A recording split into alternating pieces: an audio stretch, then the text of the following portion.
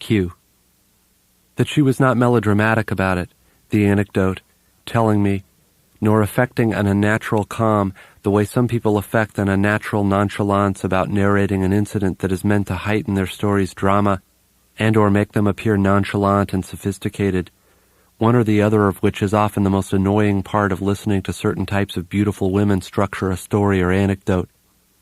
That they are used to high levels of people's attention and need to feel that they control it, always trying to control the precise type and degree of your attention instead of simply trusting that you are paying the appropriate type and degree of attention. I'm sure you yourself have noticed this in very attractive women, that paying attention to them makes them immediately begin to pose, even if their pose is the affected nonchalance they affect to portray themselves as unposed. It becomes dull very quickly. But she was, or seemed, oddly unposed for someone this attractive and with this dramatic a story to tell. It struck me, listening. She seemed truly poseless in relating it, open to attention but not solicitous, nor contemptuous of attention, or affecting disdain or contempt, which I hate. Some beautiful women, something wrong with their voice, some squeakiness or lack of inflection, or a laugh like a machine gun and you flee in horror. Her speaking voice is a neutral alto without squeak or that long-drawled "oh" or vague air of nasal complaint that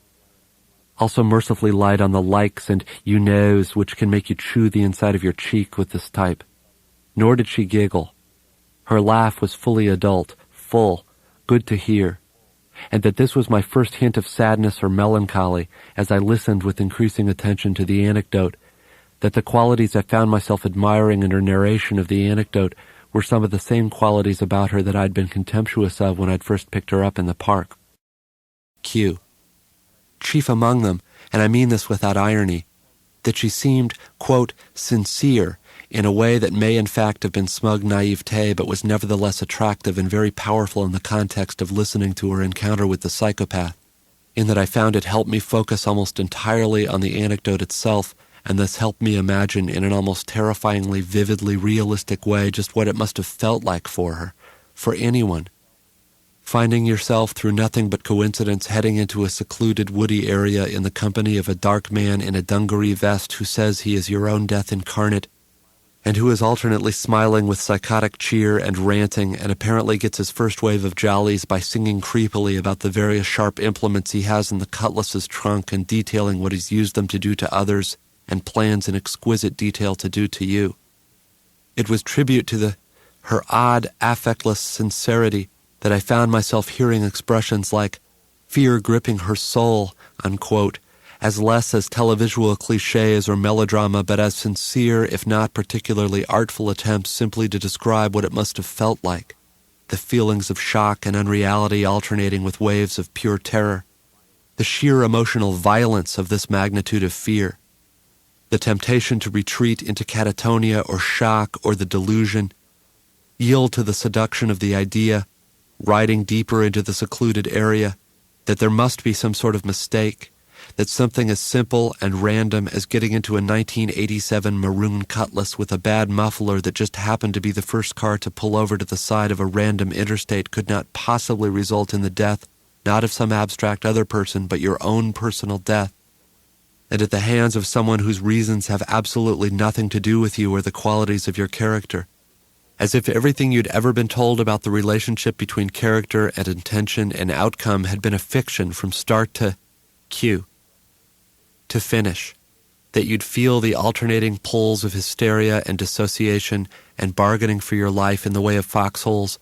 or simply to blank catatonically out and retreat into the roar in your mind of the ramifying idea that your whole seemingly random and somewhat flaccid and self-indulgent but nevertheless comparatively blameless life had somehow been connected all along in a terminal chain that is somehow justified or somehow connected, causally, to lead you inevitably to this terminal unreal point, your life's quote-unquote point,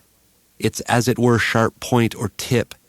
and that canned cliches such as fear seized me or this is something that only happens to other people or even moment of truth now take on a horrendous neural resonance and vitality when Q, not of Just of being left narratively alone in the self-sufficiency of her narrative aspect to contemplate just how little kid-level scared you'd be, how much you'd resent and despise the sick, twisted shit beside you ranting,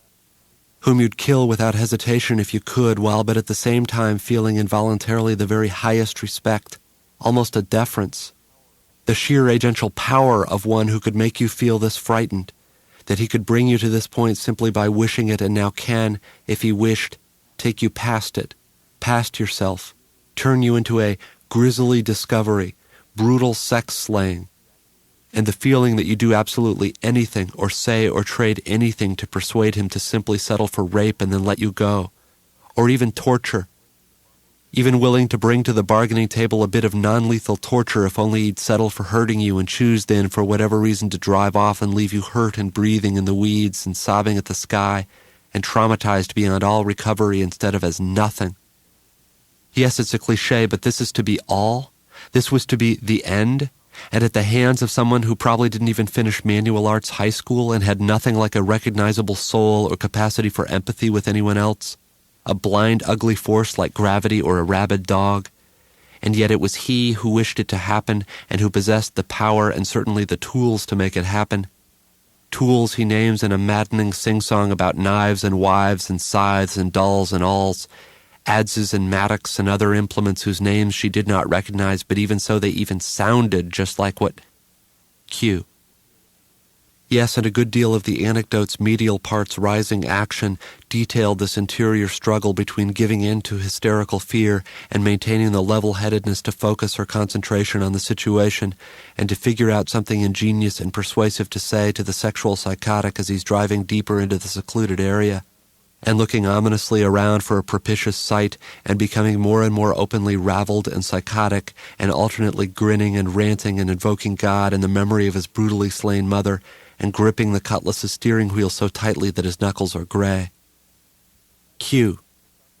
That's right, the psychopath is also a mulatto, although with aquiline and almost femininely delicate features, a fact that she has omitted or held back for a good portion of the anecdote. She said it hadn't struck her as important. In today's climate, one wouldn't want to critique too harshly the idea of someone with a body like that getting into a strange automobile with a mulatto. In a way, you have to applaud the broad-mindedness.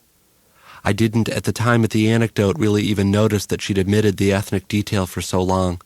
But there's something to applaud there as well, you'd have to concede, though if you... Q. The crux being that despite the terror, she is somehow able to think quickly on her feet and thinks it through and determines that her only chance of surviving this encounter is to establish a, quote, connection with the, quote, soul of the sexual psychopath as he's driving them deeper into the woody, secluded area, looking for just the right spot to pull over and brutally have at her.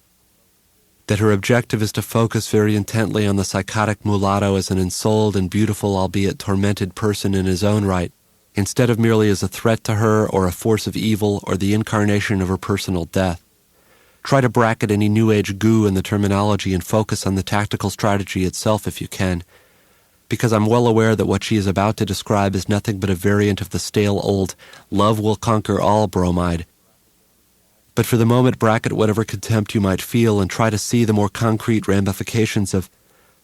in this situation in terms of what she has the courage and apparent conviction to actually attempt here, because she says she believes that sufficient love and focus can penetrate even psychosis and evil and establish a, quote, soul connection, unquote, and that if the mulatto can be brought to feel even a minimum of this alleged soul connection, there is some chance that he'll be unable to follow through with actually killing her, which is, of course, on a psychological level not all that implausible, since sexual psychopaths are well known to depersonalize their victims and liken them to objects or dolls, its and not thous, so to speak, which is often their explanation for how they are able to inflict such unimaginable brutality on a human being, namely that they do not see them as human beings at all, but merely as objects of the psychopath's own needs and intentions. And yet love and empathy of this kind of connective magnitude demand quote-unquote total focus, she said, and her terror and totally understandable concern for herself were at this point, to say the least, distracting in the extreme. So she realized that she was in for the most difficult and important battle of her life, she said.